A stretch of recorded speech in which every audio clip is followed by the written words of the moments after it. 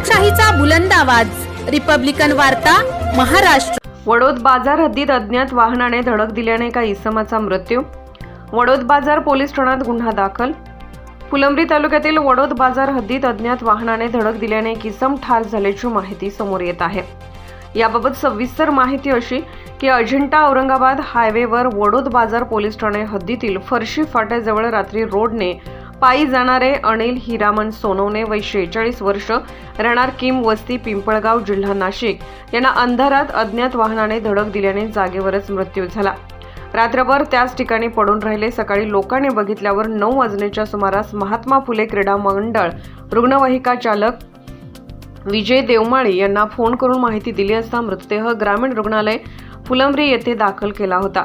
सदर घटनेची फिर्याद कृष्णा अनिल सोनवणे वय 27 वर्ष राहणार दाभाडी पिंपळगाव तालुका मालेगाव जिल्हा नाशिक यांनी वडोद बाजार पोलीस ठाणे येथे दिली असता तेथे गुन्हा रजिस्टर नंबर 356/2024 कलम 281 125 ए 125 बी 106 मो वा का 134 177 गुन्हा दाखल करण्यात आला आहे।